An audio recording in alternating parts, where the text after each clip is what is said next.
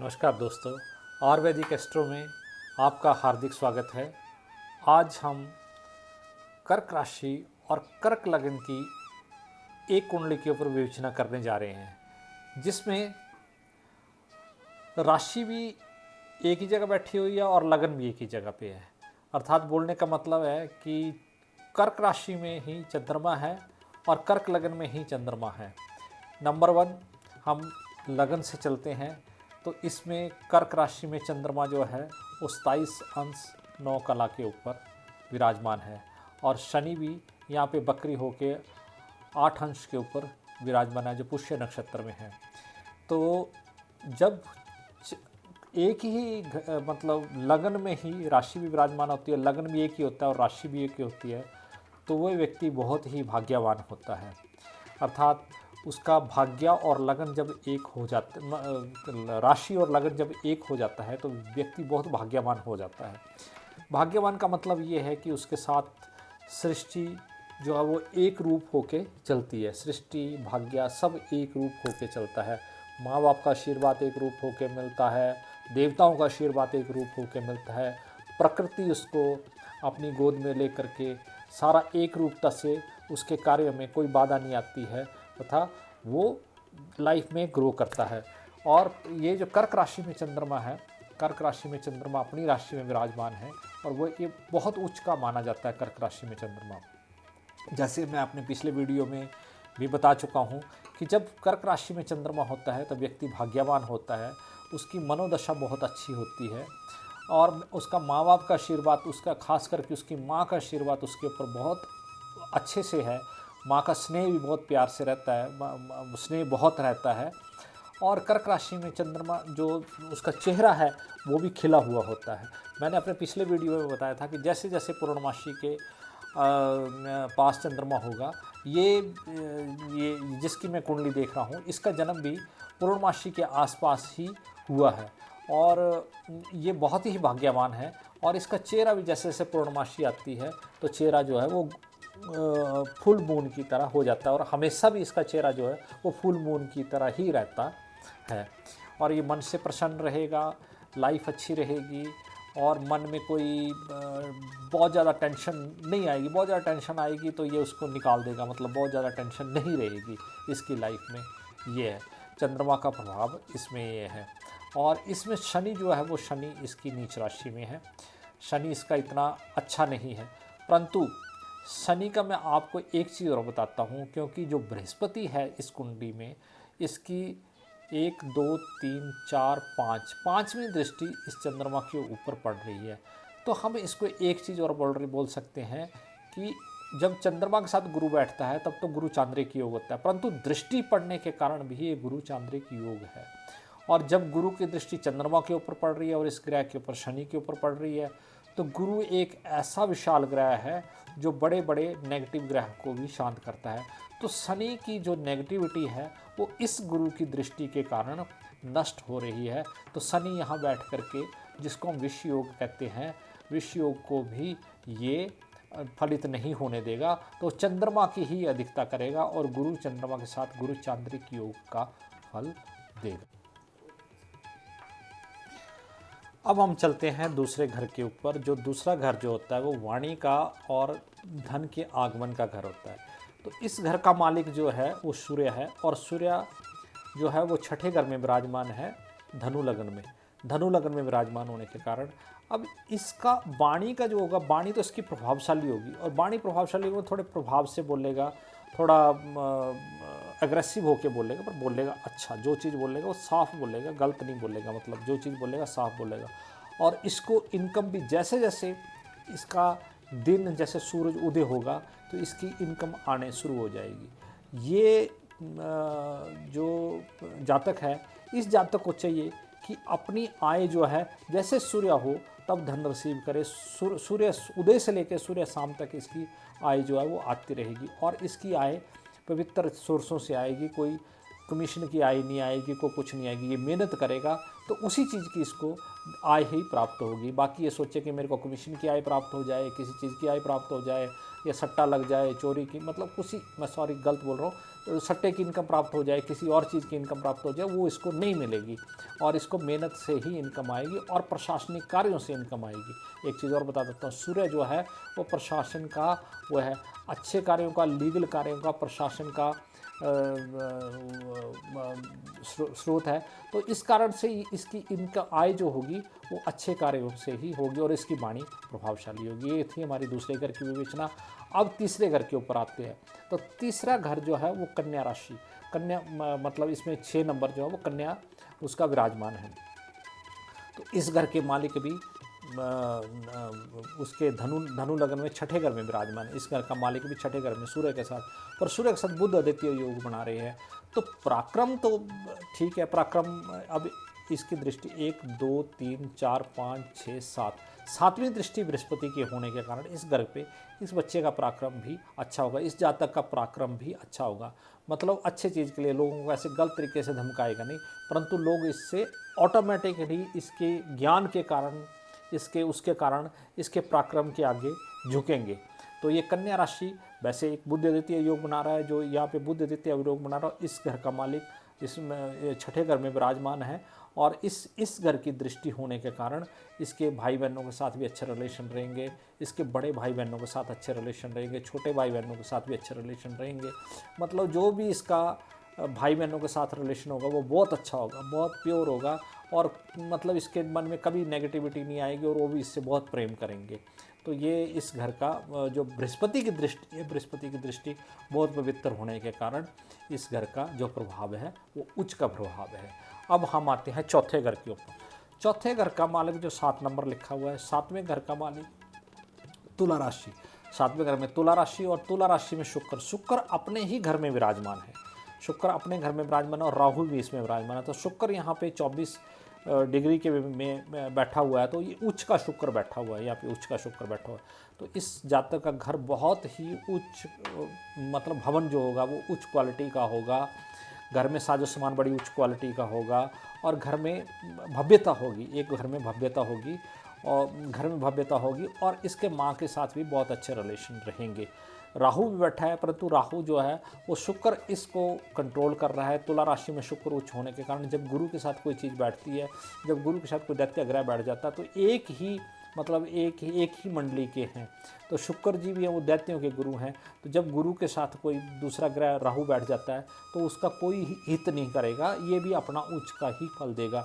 तो शुक्र जो है वो तुला राशि में विराजमान होने के कारण उच्च का ही फल देगा। इसका घर उच्च का होगा, घर में शांति रहेगी, घर में लग्जरी रहेगी, हर चीज़ की लग्जरी इसके घर में होगी। तो लाइफ में ये सब कुछ अच्छा प्राप्त कर सकता है और माता से पूर्ण रूप से सुख प्राप्त कर सकता है, अपनी माता से पूर्ण रूप से सुख प्राप्त कर सकता है, मिलेगा, इसको पूर्ण सुख मिलेगा माता की तरफ से। अब आते हैं हम 5वें घर पे, जो विद्या का स्थान होता है, जो विद्या का स्थान है। अब विद्या के स्थान के ऊपर भी इस जातक की विद्या अच्छी रहेगी। मंगल का घर है और मंगल जो है वो एकादश स्थान में बैठा हुआ है जा करके, तो इसका 2 चीज़ों से इम्पैक्ट है। ये 8वें घर के ऊपर 1 2 3 4 5 6 7 8 9वीं दृष्टि बृहस्पति की है और मंगल जो है वो एकादश में बैठा है। एकादश में बैठा हुआ कोई भी ग्रह कभी भी कोई गलत फल नहीं देता है।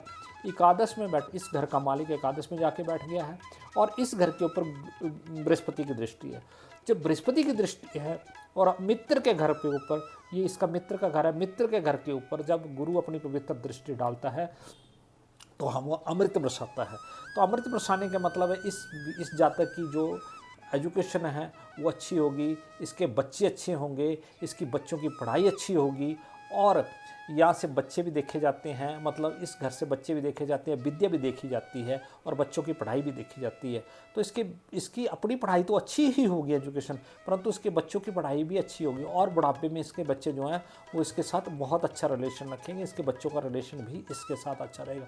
एक मंगल जहाँ वो एकादश में बैठा हो जो कभी बुरा फल नहीं देता, एकादश में कोई भी ग्रह बुरा फल नहीं देता और गुरु अपनी दृष्टि इसके ऊपर डाल रहा है। अब आते हैं हम छठे घर के ऊपर। छठा घर जिसमें धनु लग्न है, मतलब धनु राशि विराजमान है और ये सूर्य और बुध आदित्य योग बना है। सूर्य 6 डिग्री का है, तो जो सूर्य जो पिता का कारक होता है, पिता का कारक होने के कारण पिता के साथ भी इसके अच्छे रिलेशन रहेंगे, क्योंकि जब गुरु के घर में कोई ग्रह बैठता है और मित्र के घर में ग्रह बैठता है तो वो अच्छा ही फल देता है, अच्छा ही फल देता है। तो इसकी लाइफ में कोई बीमारी भी ज़्यादा कोई कुछ नहीं है कि छोटी मोटी कभी बीमारी हो गई तो होगी, अदरवाइज कोई कुछ ऐसा बड़ी लाइफ में कोई बीमारी होने के कारण नहीं है। और एक चीज़ यहाँ बड़ा है, जो सूर्य और बुध है, सूर्य देवताओं का सेनापति है, देवताओं का सेनापति होने के कारण जब सूर्य देवताओं का सेनापति है तो ये लड़का, ये जातक सेनापति के रूप में अपनी लाइफ में काम करेगा। मतलब शत्रुओं को कुछ मुँह आ जाएगा तो ये सेनापति की तरह आगे खड़ा हो जाएगा और किसी भी शत्रु को ये हरा सकता है। इस ग्रह की ये विशेषता है। एक तो इसका शत्रु होंगे नहीं, क्योंकि शत्रु होंगे भी तो ये सेनापति की तरह उनका डट का मुकाबला करेगा। इसी तरीके से बीमारियों का मुकाबला करेगा, इसी तरीके से ये अपने ऋण का मुकाबला करेगा। इसकी जातक की ज़िंदगी में कोई ज़्यादा ऋण भी नहीं होंगे, कोई ज़्यादा शत्रु भी नहीं होंगे, कोई ज़्यादा बीमारी भी नहीं होगी। तीनों खाने, क्योंकि एक तो लगन धनु का है और दूसरा सूर्य बुध आदित्य योग है, तो ये खाना अच्छा है। परंतु इसमें बोलते हैं कि जब इसमें पाप ग्रह बैठते हैं तो ठीक का फल देते हैं, परंतु सूर्य और बुध भी जो बैठे हुए हैं तो अपना लगन ठीक होने के कारण इस घर में अच्छा ही फल देंगे। अब आते हैं हम ये सातवें स्थान में मकर राशि विराजमान है। अब ये राशि है शनि की यहाँ सातवीं दृष्टि है, चंद्रमा की भी सातवीं दृष्टि है। इस घर के ऊपर चंद्रमा की भी दृष्टि है, शनि की भी दृष्टि है, परंतु चंद्रमा की बहुत ही बढ़िया दृष्टि है। तो चंद्रमा के कारण दृष्टि होने के कारण इसको पत्नी भी अच्छी मिलेगी, चंचल स्वभाव की होगी, अच्छी बात करेगी। शनि की भी दृष्टि है। शनि कभी कभी थोड़ा जो है वो अपना प्रभाव तो देगा। दृष्टि, शनि की दृष्टि इतनी अच्छी नहीं होती है, शनि तो अपना प्रभाव देगा, परंतु फिर भी चंद्रमा के प्रभाव के कारण इसकी पत्नी बहुत अच्छी होगी। इस घर का ये प्रभाव है। परंतु ये किसी के साथ पार्टनरशिप ना करे लाइफ में तो अच्छा रहेगा, क्योंकि शनि का प्रभाव इतना अच्छा नहीं है। तो पार्टनरशिप करने का इसका कोई वो नहीं है। जो काम करे वो अपना करे, पार्टनरशिप कभी किसी के साथ ना करे। अच्छा, अब आता है ये घर गुप्त विद्याओं का, गुप्त रहस्यों का तथा मुक्ति का। तो इस घर के ऊपर ये शनि का घर है। इसको कुंभ राशि है और शनि की कुंभ राशि है और शनि लगन में विराजमान है। जब इस घर का मालिक यहाँ पे है तो 1 2 3 4 5 6 7 8 9 8, तो शनि की सप्तमी दृष्टि, इस पर दृष्टि तो कोई नहीं आ रही है शनि की, परंतु ये शनि का घर होने के कारण जब शनि इस घर का मालिक जब लगन में बैठ जाता है तो वो उच्च का फल देता है। कहते हैं कि जब अष्टम का मालिक लगन में बैठ गया, ये अष्टम का मालिक लगन में बैठ गया, सबसे दो चीज़ें होती हैं कि लगन का मालिक जाके अष्टम में विराजमान हो, परंतु अष्टम का मालिक लगन में विराजमान हो जाता है तो वो उच्च का फल देता है। ये दो चीज़ें बड़ी देखने वाली है, क्योंकि लगन का मालिक जाकर के कहीं अष्टम में बैठ जाता है तो वो तो ठीक फल नहीं देता है, परंतु अष्टम का मालिक लगन में बैठ गया तो वो उच्च का फल देगा इस घर की। अब आते हैं सबसे इम्पोर्टेंट इस कुंडली के ऊपर। ठीक है, षटवल में जो चीज़ें हैं वो तो ठीक है, परंतु इस घर ने ही, बृहस्पति ने ही इस कुंडली का चक्रव्यूह जो रचा हुआ, चक्रव्यूह मतलब जो अच्छाई वर्ती है इस कुंडली में, इस जातक के ऊपर जो अच्छाइयाँ होंगी वो सब गुरु के कारण होंगी। नंबर 1, गुरु की जो पंचमी दृष्टि है वो यहाँ पे है, जो लगन को देख रही है वो इस घर को, शनि को भी कंट्रोल कर रही है, चंद्रमा को भी कर रही है, गुरु चांद्र की योग बना रही है, और इस घर को पराक्रम को देख रही है, विद्यास्थान को देख रही है, बच्चों को देख रहा है। तो इस घर का गुरु रेवती नक्षत्र में होने के कारण, गुरु अच्छी डिग्री में है, गुरु रेवती होने के कारण तो गुरु अच्छे ही फल प्रदान करेगा। ये जातक जहाँ तक मेरे को लगता है पूजा पाठ भक्ति में अच्छा संलग्न रहता होगा और अपने गुरुओं की सेवा करता होगा, और अगर ये कोई गुरु बना ले अपनी लाइफ में, गुरु को धारण कर ले तो इसको ज़िंदगी में बहुत फ़ायदा हो सकता है। गुरु इसका बहुत उच्च का है और गुरु मंदिर में जाए, पूजा पाठ करे, जितना ये लाइफ में पूजा पाठ करेगा उतना ही इसको फल होगा। गुरु इसका इतना मतलब इसका इतना ज़बरदस्त भाग्य में है कि गुरु इसको मंत्री तक बना सकता है। ये गुरु इसको मंत्री तक बना सकता है, ये सरकार में कोई बड़ा ऊंचा पद दिला सकता है। तो इसको कोशिश करनी चाहिए कि थोड़ा सा कहीं रखे तो ये जज भी बन सकता है। गुरु न्याय का, गुरु एक चीज़ और है, न्याय क्यों, न्याय, शनि न्याय का प्रतीक है, लगन में शनि बैठा है, दृष्टि गुरु की है। जब दृष्टि गुरु की पड़ रही है तो न्याय का काम तो शनि करवाएगा, लगन इसका मन न्याय का काम करवाएगा, परंतु गुरु की उच्च दृष्टि होने के कारण इसको जज भी बना सकता है, ये मंत्री भी बन सकता है। ये आने वाले इसके ग्रह के ऊपर डिपेंड करेगा, जब इसकी दशा, मैं दशा के ऊपर बाद में आता हूँ, परंतु पहले यहाँ से देखने का गुरु ने ही इसका मतलब जो चेहरा है वो ठीक रखा, चेहरा ठीक रखा है, मन ठीक रखा है, विचार ठीक रखे हैं, भाई भ्राता स्थान ठीक रखे हैं, बच्चों का स्थान ठीक रखा है, विद्या स्थान ठीक रखा है, ये सब ठीक रखा है। परंतु अब आते हैं कर्म स्थान के ऊपर। केतु कर्म स्थान में यहाँ पे अच्छे नहीं हैं, नंबर 1। परंतु शुक्र की पूर्ण दृष्टि केतु के ऊपर होने के कारण, शुक्र की एक ही दृष्टि होती है 7वीं, और शुक्र की पूर्ण दृष्टि इसके ऊपर पड़ रही है, जिसने अब गुरु की दृष्टि, मेरा कोई गुरु होगा मैं उसका कहना तो मानूंगा, जब मेरी दृष्टि इसके ऊपर पड़ रही है तो केतु अपना कुछ काम नहीं कर पा रहा है। जब केतु कोई काम नहीं कर पा रहा है तो ये भाग्य तो जो शुक्र की डायरेक्शन होगी उस डायरेक्शन से ही ये केतु चलेगा। परंतु फिर भी कोई ना कोई इसके कर्म स्थान में व्यवधान रहेंगे। जब ये कर्म करेगा तो केतु के व्यवधान रहेंगे। इसका एक ही उपाय है कि ये वारा कुत्तों को, अब जो घर के बाहर है उनको रोटी डाले, खाना डाले, तो उससे ये सब चीज़ जो कंट्रोल की जा सकती है। तो इसका ज़्यादा मैं इस चीज़ के ऊपर तो विवेचना करूँगा नहीं, क्योंकि शुक्र की दृष्टि होने के कारण शुक्र में विवेचना कर चुका हूँ। शुक्र की दृष्टि होने के कारण ये केतु को पूरा कंट्रोल कर रहा है। अब आता है एकादश भाव में। एकादश भाव में आय का स्थान, आय के स्थान में मंगल बैठा हुआ है और वो बकरी है। परंतु एकादश भाव में मंगल, इस घर का मालिक, अष्टम इस विद्या स्थान का मालिक मंगल यहाँ पे विराजमान है, जो इसका उच्च का फल देगा। चंद्रमा का भी इसमें प्रभाव है। चंद्रमा का प्रभाव होने के कारण मंगल जो है वो उच्च का फल दे रहा है। मंगल उच्च का फल देगा तो इसकी आय स्थान भी ठीक रहेगी। परंतु एक चीज़ है, इसको न्याय से रिलेटेड इनकम होगी, जज भी बन सकता है, और जज बनने के कारण ही इसकी इनकम लाइफ के मध्यम भाग में जाकर के इसकी जज से, जुडिशरी से इनकम या पॉलिटिक्स से इनकम हो सकती है। Number clear. यहाँ पे अब इसके बाद आते हैं इसके मोक्ष भाव में। ये बुध जो यहाँ पे बैठा हुआ है, तो ज़्यादा तो मैं ये नहीं कह सकता कि मोक्ष की तरफ इसका ध्यान है, परंतु ये रहस्य का ये ठीक है। बुध इसका जाके यहाँ पे बैठ गया हुआ है, इस घर का मालिक यहाँ पे बैठ गया, तो कोई ज़्यादा इस चीज़ का प्रभाव इसकी कुंडली में नहीं है। अब आते हैं इसको आजकल किस चीज़ की दशा लगी हुई है।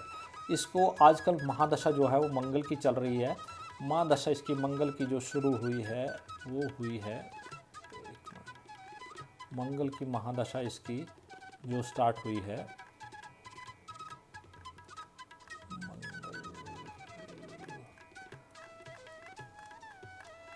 मंगल की महादशा इसकी चल रही है।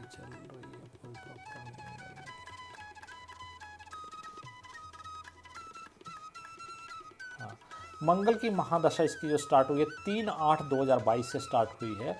मंगल की महादशा 3/8/2022 से स्टार्ट हुई है और ये 28 तक रहेगी, 2028 तक मंगल की दशा रहेगी। आजकल इनको मंगल में जो अंतरा चल रहा है वो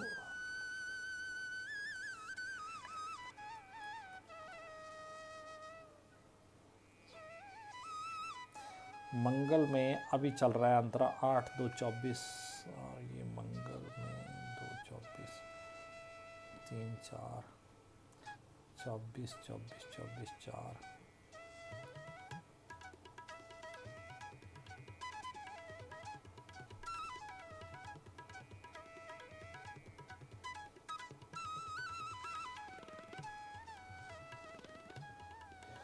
मंगल में गुरु शुक्र और सूरज, ये 14/7/24 तक, 14/7 भी 24 भी 7 भी हो गया, 22/7 अब 25/7 तक। अब इनमें ये बता रहा हूँ मैं, 22 भी हो गया। अभी जो आज की कुंडली देख रहे हैं 25/7 तक इनको, मतलब आज 24 तारीख है, मंगल गुरु शुक्र और राहु 25/7/24 तक ये मंगल में मेन गुरु और गुरु में शुक्र और राहु।